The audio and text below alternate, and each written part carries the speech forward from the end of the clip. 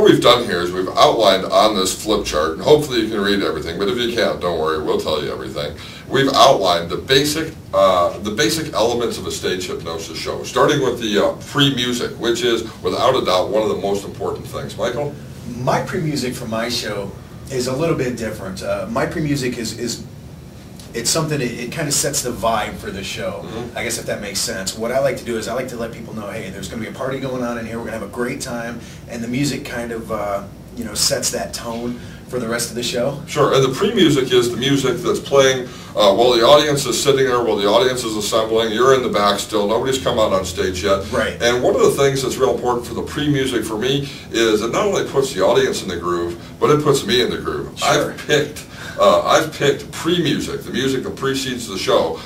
There's actually about 30 minutes in my show that I have of music kind of, you know, before the show when the audience is assembling. But the last two songs on there are two songs that pump me up. Charge you up, sure. And that's important. You've got to be ready to go.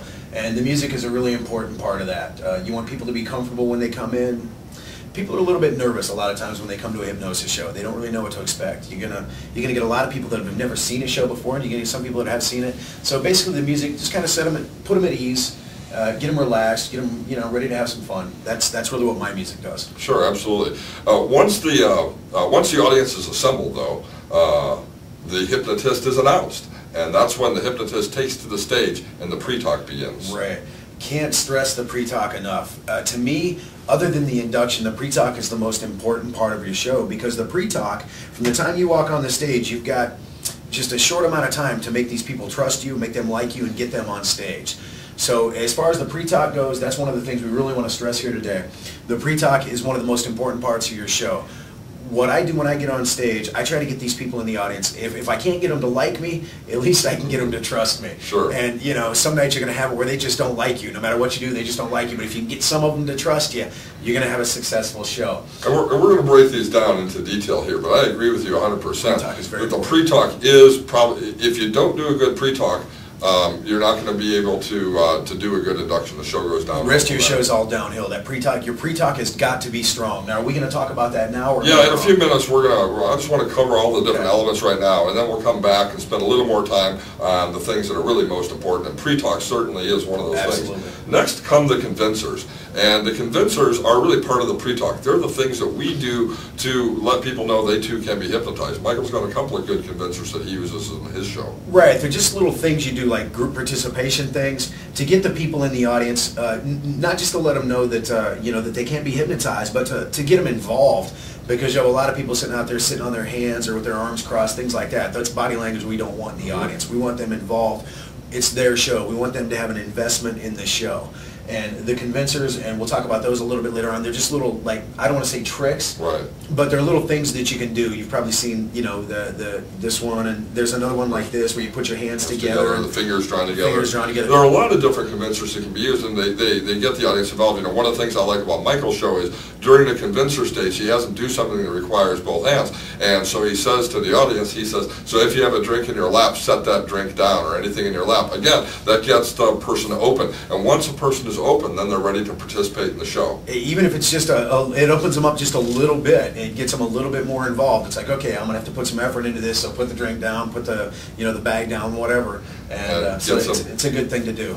Absolutely. And we'll come back again here and talk about convincers a little bit more as we talk about the pre-talk. He can give you a couple of demonstrations. Sure. Then comes the induction. The induction is the most mystical part of the show. Right. This is the part of the show where, and you know, by telling you this information, we're assuming that you've seen a hypnosis show before. The induction part of the show is where you put people under, for lack of a better term. That's what everybody thinks, so that's what we'll go with today. But the induction part of the show is where you're getting people to relax, you get them in that state that we want them to be in so that we can work with them. And the induction, again, after the pre-talk, of course, the induction, without the induction, there is no show. Sure, following the pre-talk, following the convincers, we invite them up on stage. I need these chairs filled up. Boy, girl would be great. Head on up to the stage. Right. We got 12 people, whatever the number is, 15 people, 8 people up on stage now. Now comes the induction. And during the induction phase, what our goal here is to focus the subject's concentration on me, to remove the audience from their focal point, to distract them from all the crap going on in their everyday life. I want them to be focused on me and everything that I suggest to them. And I've already assured them in the pre-talk that if they do that, they're going to have the best seat in the house, they're going to have more fun than anyone, and they're going to feel better than they've ever felt before. And when I ask them to close their eyes in the induction and they follow along, we're off to a great start. Great start. The following the induction is what I always call the test skit. You know, one of the things that you told me about the construction of a stage hypnosis show is always go from easiest to most difficult. Yeah, low threat to high threat.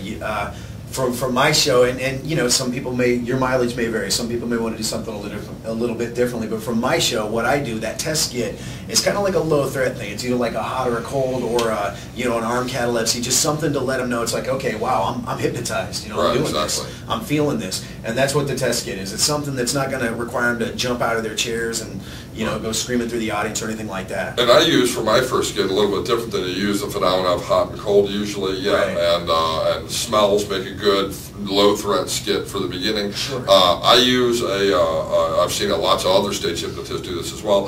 Start out with music. I've seen you know, William Tell Overture, La Bamba, some other kind of band music, right, where I have them in that first skit with their eyes closed, grab their favorite musical instrument and to play once that song begins. And it's funny, it gets a great audience response, but that first skit lets me know who's gonna play along and who's not. In other words, who's suggestible, who's in that theta level and has pushed my rock stars. Yeah, who has pushed all their cares and concerns of the day outside and is ready to have some fun, and who's gonna not cut loose and maybe not stick around for the whole show. Keep in mind that test skit, you know, I adjust that with different crowds. If I'm doing Absolutely. a corporate show and people are real hesitant to get up there and it takes a little bit longer to get them where I need them to go, I'm not going to do something where I'm having them stretch out or anything like that. I might do like a laughing bit or something like that. Sure. It's something that's real easy to get them going and get them a little bit deeper. So keep that in mind with the test skit. You may have to adjust that for your crowd. Sure, and we'll talk about what some of these skits are here in a little while. The test skit is followed by skits that deepen the hypnotic experience and deepen the phenomena. Michael says throughout his show, if you ever come to Las Vegas and watch Michael's show or see him elsewhere, he tells the participants on the stage, everything I'm doing helps you to go deeper and deeper and feel better and better.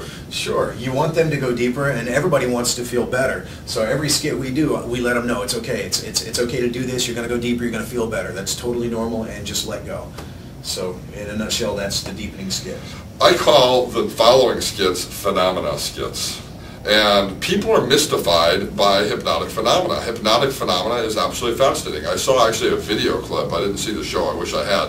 He was in another part of the country, but I saw a video clip of a stage hypnosis show where a guy's actually got an alligator walking on a girl on stage. You know, she's laying on the stage. And, right. You know, but she doesn't see the alligator. And this is a demonstration of a negative hypnotic hallucination.